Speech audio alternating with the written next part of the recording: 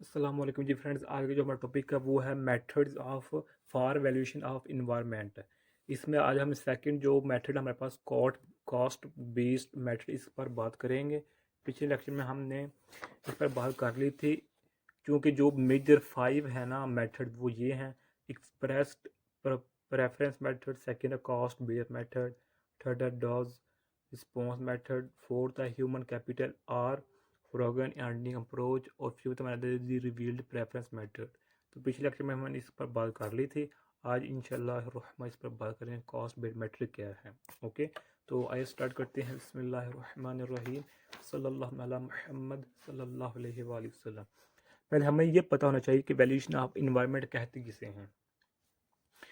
तो इसके पर भी हमारा एक बाकायदा लेक्चर बना हुआ, तो आप वो देख सकते हैं। तो इधर मैं हिंट दे देता हूँ कि वैल्यूएशन ऑफ इन्वायरमेंट कहते किसे हैं।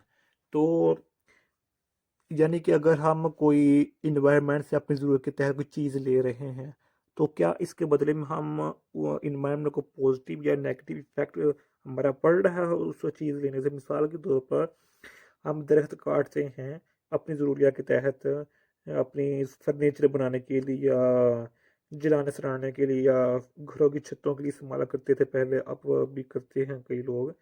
तो यानी कि हम अपनी ज़रूरत के तहत जो है ना दरख्त काट रहे हैं। क्या हम दरख्त के बदले दरख्त लगा रहे हैं उसी जगह पर नहीं, या किसी और जगह पर नहीं, या नहीं?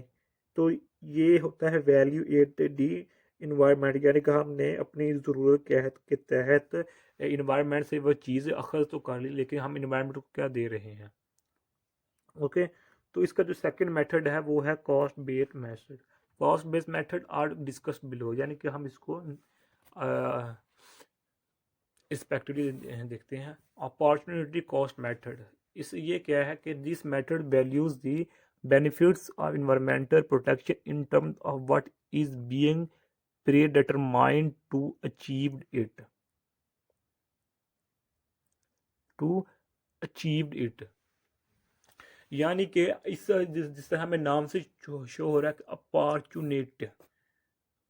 अपॉर्चुनेट, यानी कि हम हमारे पास बहुत अपॉर्चुनिटी है, हमारे पास चॉइसेस हैं कि हम अपनी जो हमारे पास चीज़ मौजूद है हम उसको किस इस्तेमाल में ला सकते हैं।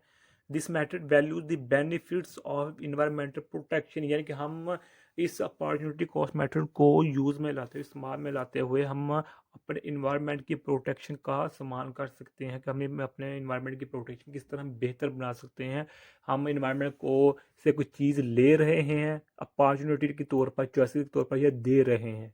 ये दोनों तरीके भी हो सकते हैं। Okay, this form the basis of compensation payments for the compulsory purchase by the government of the land and property under important domain law।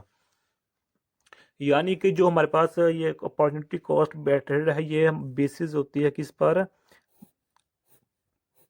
Compensation पर, payments for the compulsory purchase by the government, यानी कि of land and property. मिसाल के तौर पर हमारे पास जो ज़मीन प्रॉपर्टी है, हम उसको गवर्नमेंट के मतहत इस्तेमाल में लाएंगे, इस्तेमाल में देंगे। मिसाल के तौर पर हमारे पास कोई मरला जी ज़मीन है, हम उसको बेचना चाहते हैं तो हम गवर्नमेंट के थ्रू बेचेंगे। क्यों?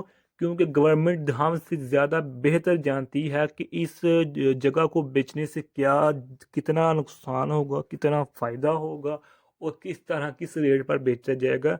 यानी कि हम इसको गवर्नमेंट के थ्रू, और गवर्नमेंट इम्पोर्टेंट मेन लॉ की बुनियाद पर जो होती है ना, वो हमारे फैसले डिसाइड करती है कि इससे इन्वायरमेंट को कितना नुकसान होगा, या इन्वायरमेंट हम इस चीज़ को